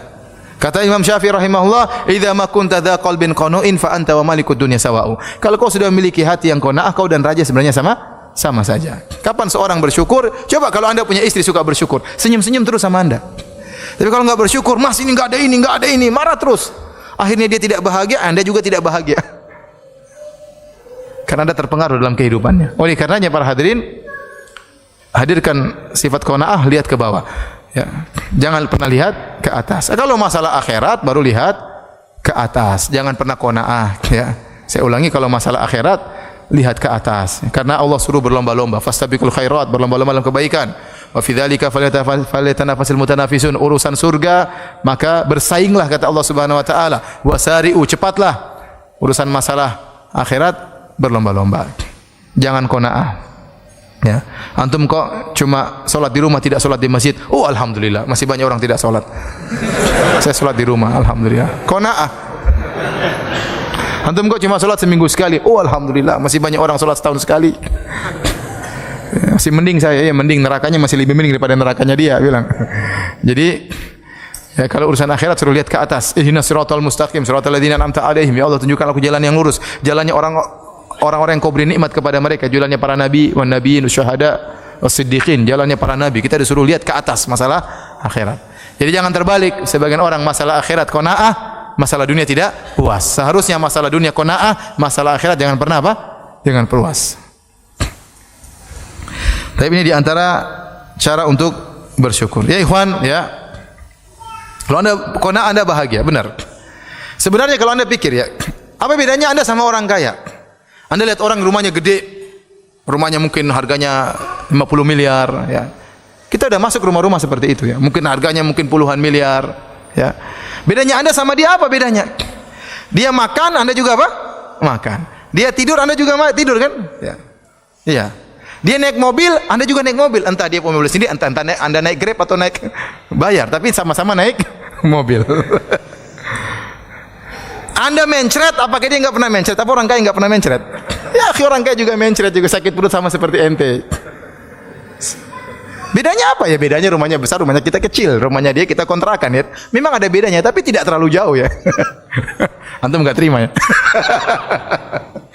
Maksud saya, sudahlah nikmati yang ada. Ya. Dia makan, kita juga makan, apa? Ya, kita ngaji, dia belum tentu ngaji, banyak urusan dia. Pegawainya banyak sekali, dia belum tentu ngaji. Ya. Dia belum tentu baca Quran, belum tentu. Ya, ya bolehlah kita cari perbaikan kehidupan, boleh, tapi ya, jangan apa namanya. Makanya sebagian ulama mengatakan, kalau seorang memandang orang kaya dengan pandangan yang adil, yang munsif, dia pasti memuji Allah Subhanahu wa taala. Ya ikhwan, orang kaya itu punya kelaziman konsekuensi juga yang banyak yang dia pikirkan. Dia pikirkan perusahaan dia pikirkan saingan perusahaan, dia mengikuti perkembangan berita tentang ekonomi. Kalau sudah waktu gajian kepada anak buah, dia pusing. Ente tidak pusing, ente terima gaji dari dia. Yang pusing juga dia, gimana apa namanya anak buah saya, pegawai saya harus digaji. Macam-macam dia pikirkan. Belum dia pikirkan uangnya simpan di mana. Pikirkan lagi ternyata teman bisnisnya bisa jadi berkhianat. Banyak yang dia pikirkan. Ente habis pulang pengajian tidur selesai. Tidak terlalu banyak dipikirkan. Maksud saya kalau ente lihat dari sisi ini, ente dapat bahagia, dapat kebahagiaan. Ya, betapa banyak orang kaya tidak bisa tidur. Sebelum tidur mikir pusing banyak. Ente tidur, istri sudah tidur selesai. Bangun-bangun sudah pagi, alhamdulillah. Kerja lagi, ya, alhamdulillah. Ya. Betapa banyak orang yang hidupnya santai tapi tidak bisa tidur. Ente yang kerja keras mungkin macul, mungkin apa, capek tidur meskipun di atas sawah. Nikmat atau tidak? Dia belum tentu bisa tidur. Oleh karenanya jika seorang memandang dengan pandangan yang adil, ya, saya tidak suruh antum menjadi orang miskin ya, enggak ya. Maksud saya, terimalah, bersyukurlah dengan apa yang Allah berikan, yakinlah apa yang Allah takdirkan itu yang terbaik bagi antum. Taib. Kemudian di antaranya menghitung-hitung nikmat Allah Subhanahu wa taala. Ya, kita ingat-ingat nikmat Allah. Wa in ta'uddu nikmatallahi la tuhsuha. Kalau kalian menghitung nikmat Allah, kalian tidak akan mampu. Tapi kita hitung-hitung yang semampu kita. Anda renungkan sekarang. Contoh kita ini. Kita ini diciptakan oleh Allah Subhanahu wa taala. Alhamdulillah kita diciptakan jadi manusia, bersyukur. Coba kalau anda jadi monyet, jadi kambing ya. Ya. Jadi monyet, tadi ada topeng monyet kan, kasihan. Ya, kata sebagian teman, kita bersyukur bisa makan dari hasil makanan kita sendiri. Ada orang dari hasil monyet dia makan. Artinya kan enggak enak jadi hewan, ya. Coba antum diciptakan jadi kecoa, kan enggak enak kan? Jadi manusia alhamdulillah nikmat. Sudah jadi manusia, alhamdulillah ternyata anda orang Islam. Nikmat. Betapa banyak orang dilahirkan bukan orang Islam. Anda diberi hidayah oleh Allah Subhanahu wa taala. Betapa banyak orang lebih cerdas daripada Anda tidak dapat hidayah. Karena masalah hidayah bukan tidak berbanding lurus dengan masalah kecerdasan. Betapa banyak orang cerdas, orang Jepang lebih hebat dari kita, IQ-nya lebih tinggi, tapi nyembah matahari. Dalam masalah akidah otaknya enggak ada. Iya, dia pintar dalam masalah robot, dalam masalah ini, dalam masalah teknologi, masalah akidah enggak punya hidayah, nyembah matahari. Banyak orang-orang di India cerdas, ya, canggih dalam masalah IT dan macam-macamnya, nyembah sapi. Sapi dimuliakan. Sementara kita di sini kita dipotong sapi tersebut, di sana dimuliakan. Ya. Kemana otaknya? Kita bilang hidayah dari Allah Subhanahu wa taala. Karena hidayah bukan masalah kecerdasan. Banyak orang mungkin detailnya bagus, detailnya ini, tapi jadi pengikut nabi palsu. Antum kira pengikut misalnya yang ngaku sebagai nabi palsu itu orang-orang bodoh? Tidak, mereka orang cerdas. Mungkin orang-orang kaya, mungkin direktur-direktur, tapi goblok dalam masalah agama. Allah tidak beri hidayah. Ya. Gimana seorang kemudian menyembah batu, menyembah patung? Ya. Saya ingat selalu cerita teman saya, ada seorang polisi di Madinah ya. Suatu saat dia pergi ke Sri Lanka. Dengan dia suka berdakwah ya. Dia suka berdakwah dan dia polisi. Dia dulunya adalah kepala polisi di Masjid Nabawi. Dia pergi ke Sri Lanka, kemudian dia sengaja ingin pergi ke tempat peribadatan. Ada orang nyembah-nyembah patung di sana. Kemudian dia pergi bawa penerjemah karena dia enggak bisa bahasa Sri Lanka. Dia pakai baju Arab, pakai jubah, pakai sorban, pakai sepatu, masuklah dia pakai sendal, masuklah ke kuil tersebut. Begitu dia masuk disuruh lepas sendal. Dia lepas. Ini juga lepas. Kata dia, ini juga baju lepas. Enggak, silakan. Biasa dia pangkatnya tinggi suka perintah orang ya. Maka dia berjalan.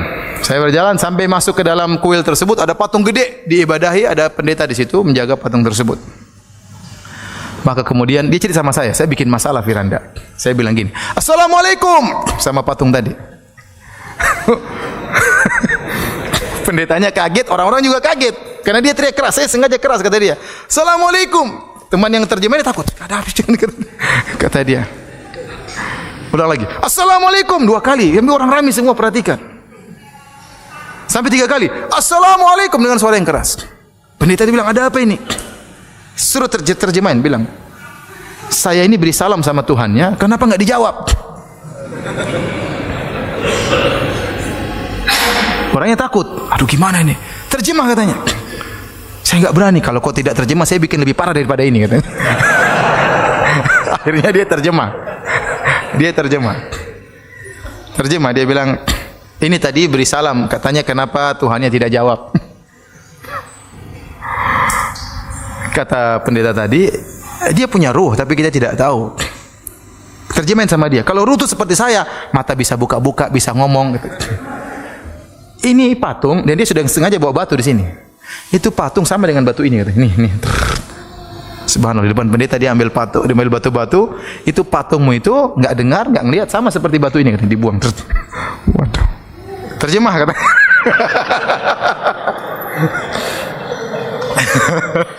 Kata dia, "Syekh, jangan Syekh, kalau sudah kita bisa dibunuh orang." Kata Syekh tersebut, "Saya ingin kau mati syahid di sini." Nanti hati-hati bawa Syekh, jangan sembarangan. Akhirnya, "Ayo Syekh kita pergi."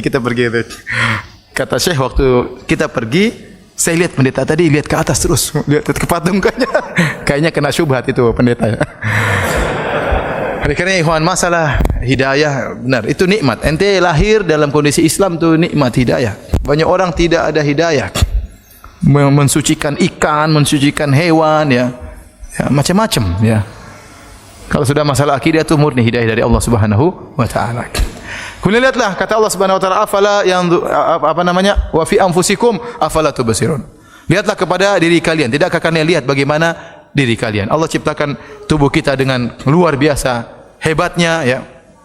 Dan dalam tubuh kita ini berbagai macam sistem peredaran tubuh, sistem pernapasan, sistem ginjal dan macam-macam. Ini luar biasa. Ini semua dari Allah Subhanahu wa taala. Allah ciptakan jantung Anda pun baik di bawah tulang-tulang ya. Allah jadikan wajah Anda tampan ya.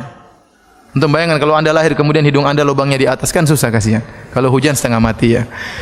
Kalau Anda lahir kemudian jantung di luar kan juga susah kasihan. Kalau ada orang jengkel sama Anda tinggal dicopot di depan kan susah. Ini nikmat kita diberikan tubuh yang sehat ya.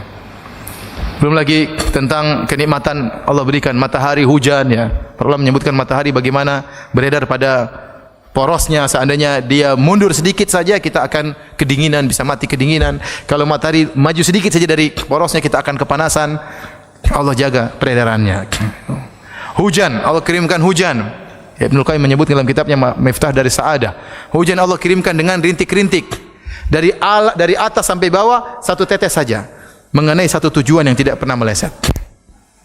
Seandainya di atas titik-titik tadi bergabung jadi 10 meter kali 10 meter bahaya kan? Kemudian jatuh di langit, bahaya, nanti bisa mati kena hujan.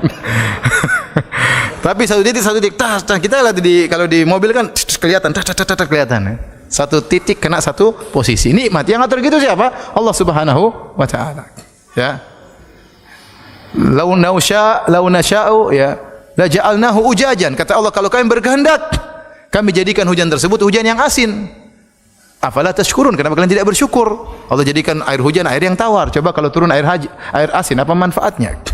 Manfaat bagi kita tidak ada, manfaat bagi tumbuhan juga tidak ada. Jadi ini di antara hal yang buat kita bersyukur kepada Allah Subhanahu wa taala, kita mengingat nikmat-nikmat yang Allah berikan kepada kita. Kemudian antara hal yang bantu kita untuk bisa bersyukur kepada Allah, kita harus yakin bahwasanya setiap kenikmatan yang kita dapatkan akan dimintai pertanggungjawaban oleh Allah. Tsumma latus'alunna yauma idzin 'anil na'im. Kemudian kalian akan benar-benar ditanya oleh Allah tentang nikmat yang kalian rasakan. Semua nikmat akan dimintai pertanggungjawaban. Ya. Inna sam'a wal basara wal fuada kullu ulaika kana anhu mas'ula. Sungguhnya pendengaran, penglihatan dan hati akan ditanya oleh Allah Subhanahu wa taala. Penglihatan ini nikmat. Pendengaran itu apa? Nikmat. Maka akan ditanya nikmat pendengaran, nikmat penglihatan ini akan ditanya. Apalagi nikmat yang di luar daripada itu. Dalam tubuh kita yang nikmat ini akan ditanya, kesehatan akan ditanya, umur kita akan ditanya, harta akan ditanya. Nah, kalau kita tahu setiap nikmat yang kita miliki akan dimintai pertanggungjawaban, kita akan lebih mudah bersyukur. Kalau kita punya harta banyak, kita akan keluarkan zakat, kita akan sedekahkan. Kita tahu ini akan ditanya oleh Allah Subhanahu wa taala. Kalau kita punya mobil banyak, ada orang pinjam dengan mudah, silakan, karena mengurangi pertanyaan. Kalau mobil enggak pernah dipakai, pertanyaan panjang, kenapa diparkir terus? Kan repot jawabannya. Buat apa diparkir terus kalau dibeli enggak dipakai? Tapi kalau pinjamin orang, enggak apa-apa. Ada manfaatnya. Ya. Ada orang telepon saya, "Ustaz, teman baik, ya, juga rajin bersedekah. Ustaz, saya punya mobil baru, Ustaz. Mobil Lexus kalau enggak salah. Ustaz mau pakai silakan, Ustaz." Untuk ngurang-ngurangi pertanyaan. Saya enggak mau pakai. Ngapain naik Lexus? Kalau nabrak saya yang ditanya nanti. Saya juga artinya ya dia boleh saja kalau duit banyak boleh saja punya mobil yang bagus, dia nyaman ya. Tapi dia juga berpikir bahwasanya saya akan ditanya oleh Allah. Apakah mobil ini perlu dipakai? Haruskah mahal sekian ini? Seorang kalau bisa jawab pertanyaan silakan. Beli apa saja silakan, yang penting bisa jawab pertanyaan. Kalau enggak bisa jawab pertanyaan jangan coba-coba. Anda gonta-ganti HP enggak jadi masalah. Saya termasuk orang yang suka update HP. Tapi saya siap menjawab pertanyaan dari Allah Subhanahu wa taala ya. Karena ada keperluan dengan HP tersebut ya. Anda yang sering update mobil silakan, kalau sering ganti mobil kalau bisa jawab pertanyaan silakan. Kalau enggak bisa jangan coba-coba. Pingin punya tas, ibu-ibu ingin punya tas 20, silakan. Yang penting bisa jawab pertanyaan nanti kalau Allah tanya. Kenapa tasnya 20? Kalau bisa jawab silakan. Kalau enggak bisa jangan coba-coba. Jangan coba-coba. Saya pernah ditanya oleh seorang ibu-ibu pengajian. Ya. Ustaz, saya seorang wanita yang sudah bersedekah, saya sudah begini, Ustaz, saya sudah bayar zakat. Ya, bolehkah saya beli tas harganya 600 juta? Saya bilang, buat apa 600 juta tas? Ya, buat apa? Tas 600 juta buat apa? Kalau Allah tanya gimana jawabnya? Itu tas hebat kah? Bisa simpan mobil, bisa simpan rumah. 600 juta ngapain? Buat tas kecil begini buat apa? Buat apa? Ya. Khawatir tas seperti itu buat orang sombong karena yang ditampilkan mereknya. 600 juta, apa fungsinya? Bedanya 600 juta dengan tas harga 3 juta. Apa bedanya? Enggak ada bedanya. Kenapa harus 600 juta? Kalau bisa jawab pertanyaan Allah, silakan, karena setiap nikmat yang kita rasakan ditanya oleh Allah Subhanahu wa taala. Intinya kalau bisa jawab silakan, enggak ada yang larang. Maka seorang tatkala ingin beli sesuatu, ya tanya, ini bisa jawab enggak pertanyaannya kalau ditanya oleh Allah? Kalau bisa silakan. Silakan. Kalau enggak bisa jangan coba-coba. Hanya menambah apa? Bumerang yang akan menyerang Anda pada hari kiamat kelak. Ya. Oleh karena para hadirin, ini di antara hal yang buat kita mudah bersyukur, kita mudah menjadi qanaah. Lihat orang rumahnya besar, kita alhamdulillah. Kalau saya punya rumah sebesar itu gimana ditanya oleh Allah nanti? Sementara tetangga-tetangga masih banyak yang kelaparan, tetangga-tetangga masih banyak yang miskin. Iwan kemarin saya merasa sedih sekali kemarin. Bukan sedih karena saya jarang biasa mengalami seperti itu ya.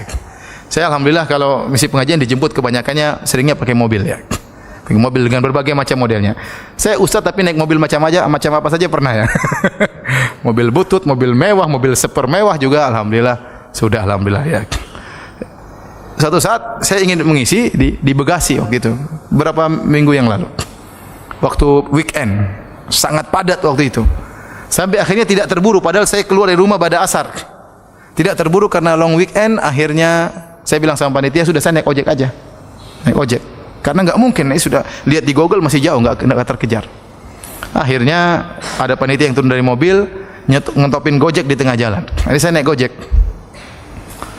Naik Gojek, masuk di tengah-tengah kepadatan. Baru pertama saya seperti itu. asap-asap kendaraan. Saya, subhanallah, saya bilang selama ini saya di atas nikmat. Saya tutup terus ini, tutup. Sekarang saya enggak kuat asap seperti itu. Kemudian masuk sampai di depan rel kereta api, nunggu kereta api lewat. Jing jing, waduh, kata saya. Benar-benar saya merasakan, subhanallah, kasihan orang-orang ini selama ini. Ya mungkin mereka biasa, saya tidak terbiasa, kaget merasakan seperti itu, ya. Ibu-ibu, ada yang gonceng orang tua, ada yang anak-anak. Saya lihat sendiri itu, padat sekali waktu itu. Ya, saya sering lihat mereka, tapi saya tidak terpikirkan kalau seperti itu parahnya. Karena melihatnya dalam mobil, kasihan. Ini sekarang saya turun langsung, baru saya rasakan apa? Ya Allah, gitu. Ya meskipun saya naik mobil orang, bukan mobil sendiri, nikmatnya luar biasa. Jadi kalau kita lihat seperti ini dan kita lihat ke bawah, ya, kita juga tahu bahwasanya nikmat, setiap nikmat akan ditanya oleh Allah Subhanahu wa taala, memudahkan kita untuk bersyukur. Ya. Antum bayangkan orang punya, saya bisa bayangkan orang punya rumah 8. Itu gimana nanti di akhirat? Ya. Orang punya rumah 8, kemudian punya mobil 10. Gimana ditanya di akhirat? Ya kalau semuanya diperlukan enggak apa-apa, dia bisa, yang penting dia bisa jawab. Tapi kalau cuma dipajang aja, kapan dia sedekah buat masjid, kapan dia bangun pondok, ini harta semua akan ditanya. Pertanyaan bakalan apa? Bakalan panjang. Taib. Di antara hal yang bantu kita untuk bersyukur kepada Allah Subhanahu wa taala, berdoa kepada Allah agar kita menjadi hamba yang pandai bersyukur. Di antaranya adalah doa tatkala dubur salat, sebagaimana di akhir salat, sebagaimana kata Nabi sallallahu alaihi wasallam kepada Muadz, "Ya Muadz, inni uhibbuk." Ya Muadz, sungguhnya aku cinta kepadamu, kata Nabi sallallahu alaihi wasallam. "Fala tada'anna fi kulli duburi salat an taqul." Jangan sekali-sekali kau tinggalkan setiap di akhir salat engkau berdoa, "Allahumma a'inni ala dzikrika wa syukrika wa husni ibadatik." Ya Allah, bantulah aku ala dzikrika, untuk bisa mengingat engkau. Perlu ilham dari Allah. Wa syukrik, untuk bisa bersyukur kepadamu, wa husni ibadatik, dan agar bisa beribadah dengan baik kepadamu. Bukan ibadah asal-asalan, bukan salat asal-asalan, pengin salat yang benar. Ngaji bukan ngaji asal-asalan, ngaji yang benar. Ya. Kita ingin ibadah yang benar. Haji bukan haji asal-asalan. Umrah bukan karena rame-ramean orang umrah ikut-ikutan umrah, enggak. Ingin ibadah yang baik. Ingin pandai bersyukur, minta kepada Allah Subhanahu wa taala. Dan renungi doa tersebut. Allahumma inni ala dzikrika. Ya Allah, tolonglah aku. Kalau kau tidak tolong kita, saya tidak bisa, ya Allah. Ala dzikrika, untuk mengingatmu, sehingga lisan kita senantiasa ingat kepada Allah. Kemana-mana kita mudah berzikir. Wa ala syukrika, untuk bersyukur kepadamu. Oleh karenanya para anbiya, para nabi dahulu mereka minta kepada Allah, ya, agar bisa bersyukur kepada Allah. Nabi Sulaiman alaihissalam tatkala mendengar semut berbicara, fatabassama dhahikan min qawliha. Maka Nabi Sulaiman pun tertawa melihat senyum berbicara, melihat mendengar semut berbicara. Karena semut tersebut mengenal Nabi Sulaiman. Bagaimana dijelaskan dalam kitab Nabi Sulaiman. Kata semut tersebut, udkhulu masakinakum la yahtimannakum Sulaiman wa junuduhu wa hum la yash'urun. Kata semut tersebut, ya ayuhan namlu, wahai pasukan semut, wahai yang merasa semut, ya. Ya ayuhan namlu, ini sebenarnya saya jelaskan karena semut tersebut menggunakan an-naml, kata jama' ada alif lamnya, dan dalam bahasa Arab memberikan faedah keumuman. Antum kan enggak tahu kan? Ini kaidah usul fikih. Dia mengatakan, ya ayuhan namlu, wahai seluruh semut, wahai yang merasa semut.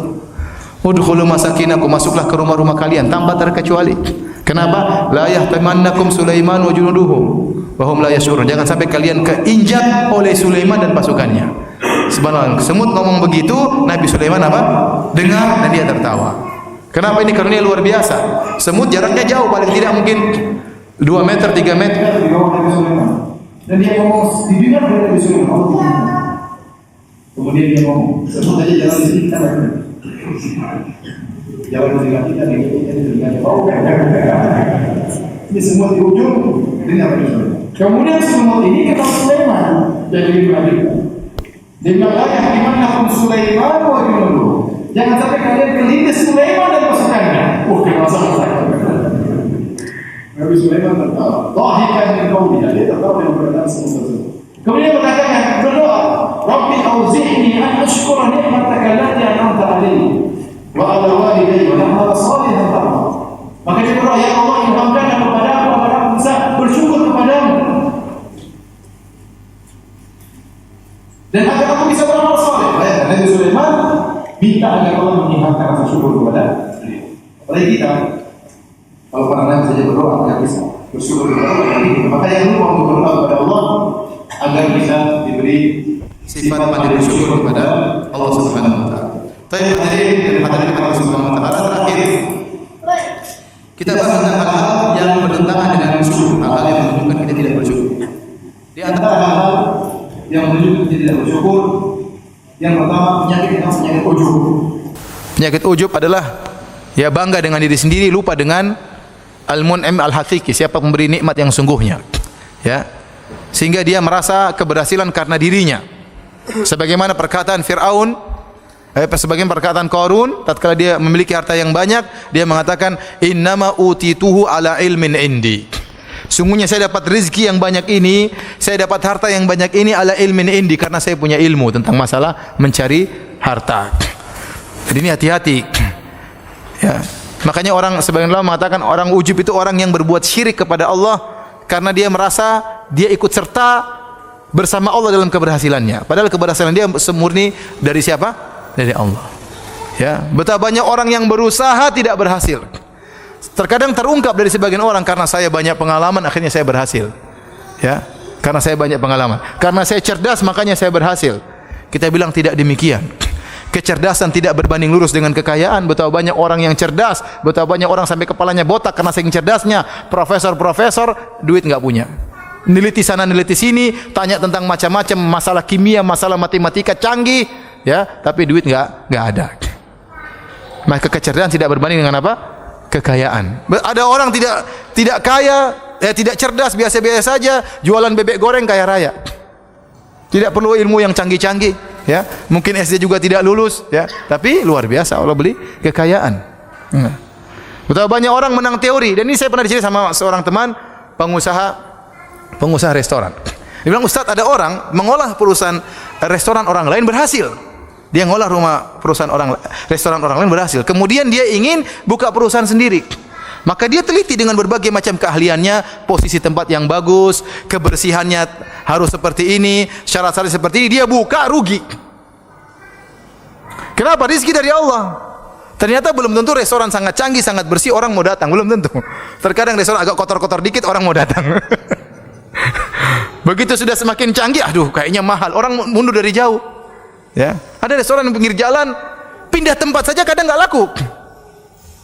Ya, karena memang rezeki dari Allah. Maka jangan seorang merasa berhasil karena kecerdasannya, karena keahlian dia, karena banyak pengalaman. Ya akhi, banyak orang pengalamannya banyak, tetap aja miskin. Kenapa pengalamannya jadi pegawai terus, nggak pernah jadi pengalaman punya jadi bos? Ya, miskin terus. Jadi rezeki dari Allah. Jangan kita bilang seperti kata Qarun, innama utitu ala ilmin indi. Saya jadi kaya karena saya punya ilmu, nggak boleh. Antum berhasil jadi apapun, ingat semuanya dari Allah. Ya, semuanya dari Allah Subhanahu wa taala. Makanya ujub itu disebutkan mengatakan syirik. Kenapa? Karena dia merasa ikut serta bersama Allah dalam keberhasilannya. Padahal keberhasilan tersebut murni dari Allah Subhanahu wa taala. Kemudian juga di antara bentuk tidak bersyukur kepada Allah, menisbahkan kenikmatan kepada sebab, bukan kepada Allah Subhanahu wa taala. Seperti firman Allah, ya'rifuna nikmatallahi tsumma yunkirunaha. Kata Allah, mereka mengetahui nikmat Allah kemudian mereka mengingkarinya. Kalau antum baca tafsir ayat ini, tafsir sebagian sahabat, itu seorang yang mengatakan misalnya, ya, gara-gara nahkodah yang pintar membawa kapal laut akhirnya kita selamat. Ya, justru di saat-saat genting seperti ini kita harus tahu hanya Allah yang menyelamatkan. Terkadang dalam kondisi genting ini justru kita lupa kepada Allah. Seperti orang-orang yang berlabuh di lautan, tahu-tahu ombak besar, ternyata nahkodanya canggih, muter sana muter sini, akhirnya selamat. Dia bilang gara-gara nahkoda itu yang pintar maka kita selamat. Padahal yang menyelamatkan siapa? Allah. Nahkoda tersebut juga Allah yang bikin dia pintar, angin pun dari Allah Subhanahu wa taala, semuanya dari Allah Subhanahu wa taala. Seperti perkataan orang, gara-gara anjing ada di rumah akhirnya pencuri tidak jadi masuk. Ini juga sama. Ini namanya bentuk tidak bersyukur kepada Allah. Justru di saat-saat genting seperti itu kita dituntut semakin bersyukur kepada Allah Subhanahu wa taala, bukan malah melupakan. Ya, gara-gara polisi akhirnya saya selamat. Enggak, ada semuanya dari Allah Subhanahu wa taala. Kita bilang karena Allah Subhanahu wa taala, kemudian dengan izin Allah, dengan sebab orang ini maka saya pun selamat. Caranya begitu. Karena Allah Subhanahu wa taala, dengan izin Allah, Allah mengirimkan orang ini, nahkoda ini, maka kita pun selamat. Itu cara yang benar tatkala bersyukur kepada Allah. Oh, gara-gara itu dokternya canggih waktu ngoperasi istri saya selamat. Enggak ya, akhi. Ya kasih selamat Allah Subhanahu wa taala. Kemudian di antara hal yang menunjukkan tidak bersyukur adalah tamak. Tamak ini bertentangan dengan syukur. Kalau orang syukur tidak tamak. Dia mencari harta bukan kalau dia mencari harta karena Allah, tidak apa-apa. Tapi kalau dia mencari harta karena tamak untuk dirinya, untuk menimbun kekayaannya, ya akhi, apa faedahnya akhi anda terlalu kaya? Kalau anda tidak salurkan kepada jalan-jalan sosial, percuma. Itu harta yang anda kumpulkan semakin menjadi bumerang menyerang anda pada hari kiamat kelak. Semakin banyak rumah anda, semakin banyak mobil anda, semakin banyak duit anda, semuanya akan menyerang anda pada hari kiamat, tidak menolong anda. Kapan harta tersebut menolong anda? Tatkala anda jalankan disumbangkan di jalan Allah, jadi amal soleh menemani anda di kuburan. Tapi kalau anda tidak jadikan amal soleh, akan anda tinggalkan dan akan menyerang anda pada hari kiamat kelak. Ya. Maka kalau tamak mengumpulkan harta sebanyak-banyaknya, itu hanya membuat seorang sengsara pada hari kiamat kelak. Tapi kalau anda sedekahkan, apa kata Nabi sallallahu alaihi wasallam? Sedekah, ya Pak? Seorang mukmin tahta dhilli sadaqatihi yaumal qiyamah. Dia akan dinaungi oleh sedekahnya pada hari kiamat kelak. Tatkala hari matahari jaraknya satu mil. Semakin banyak sedekahnya, semakin banyak naungannya. Nah, ini berarti benar. Dia sudah infakkan di jalannya, maka sedekah tadi, harta tersebut jadi amal saleh akan menemani dia pada hari kiamat kelak. Kalau enggak, akan dia tinggalkan di dunia, akan menyerang dia pada hari kiamat. Maka seorang yang sadar akan hal ini, dia seharusnya tidak tamak. Dia seharusnya tidak tamak. Kalau dia mencari harta, maka harus dia sisihkan untuk sebagiannya untuk di jalan akhirat, ya, untuk kepentingan dia di akhirat, ya. Maka seorang benar, saya sering ingatkan, seorang terkadang dia ingin safety bagi anaknya, bagi istrinya, dia belikan rumah buat anaknya, dia harus juga punya jaminan untuk dia di akhirat. Beli rumah istana di akhirat, bangun masjid, ya, bangun pondok, ya, untuk punya istana di akhirat. Dia harus pikirkan dia juga, jangan pikirkan anak istrinya saja. Dia harus pikirkan dia juga harus punya jaminan di akhirat. Kemudian di antara hal yang menunjukkan seorang tidak bersyukur kepada Allah adalah hasad. Kapan anda hasad menunjukkan anda tidak bersyukur. Kapan anda hasad, anda berarti tidak bersyukur. Kenapa? Hasad itu bentuk protes kepada pemberian Allah Subhanahu wa taala. Ahum yaqsimuna rahmata rabbik. Ya. Nahnu qasamna bainahum ma'isyatahum fil hayatid dunya. Kata Allah, apakah mereka yang bagi-bagikan, ya, rahmat Allah? Apakah mereka yang mengatur pembagian rizki Allah? Apakah mereka yang mengatur tentang pembagian ini, kepintaran, rizki, nikmat? Yang mengatur hanya Allah Subhanahu wa taala. Kami yang mengatur, kata Allah Subhanahu wa taala. Ya, tatkala ada orang Allah jadikan kaya, ada orang jadi yang miskin, maka jangan kita hasad kepada yang kaya. Kalau kita hasad, kita seakan-akan protes dengan pembagian Allah Subhanahu wa taala. Maka seorang salaf mengatakan, "Wa ta'ammaltu hadhil ayat." Saya perhatikan terhadap ayat ini, sampailah dia pada firman Allah, "Nahnu qasamna bainahum ma'isyatahum fil hayatid dunya." Kami yang bagi-bagi, kata Allah. Rizki, kecerdasan, kepintaran, ya, dan macam-macamnya Allah yang bagi-bagi. Maka saya pun ridho dengan pembagian Allah Subhanahu wa taala dan saya tidak pernah lagi hasad kepada seorang pun. Saya kasih sederhana tadi agar kita tidak hasad. Anda mungkin lihat orang rumahnya banyak. Tadi Anda bilang alhamdulillah, kalau saya punya rumah banyak seperti dia, belum tentu saya bisa sempat beribadah. Bagaimana di akhirat saya bisa jawab pertanyaan begitu banyak. Kadang betapa banyak harta buat orang lalai, ya. Contoh sederhana, ada ustadz misalnya, ada ustadz kalau yang ngisi pengajian yang hadir tidak banyak. Ada ustadz lain yang kalau mengisi pengajian orangnya ramai sekali, maka yang pengikutnya sedikit, jangan hasad kepada yang banyak. Ya, dia dalam hati dia mengatakan, coba kalau saya seperti dia, belum tentu saya bisa ikhlas.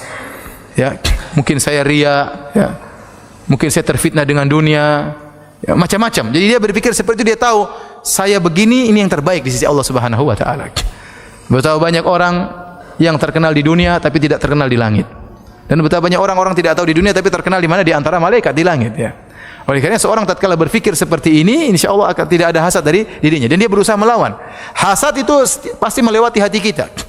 Siapapun pernah hasad, ya.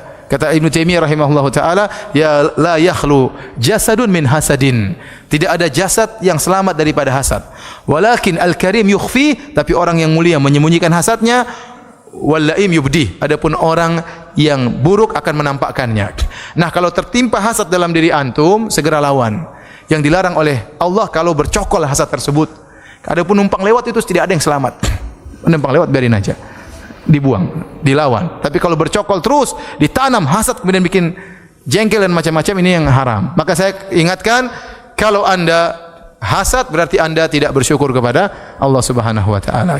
Demikianlah para hadirin dan hadirat yang dirahmati Allah Subhanahu wa taala, kajian kita pada kesempatan kali ini ya. Saya ingatkan kembali, bersyukur mendatangkan kebahagiaan. Kapan Anda menjadi orang yang bersyukur, Anda akan bahagia. Kapan Anda tidak bersyukur, maka Anda terus dalam penderitaan dan jauh dari kebahagiaan. Wallahu ta'ala alam bisawab. Kalau ada yang bertanya, saya persilahkan.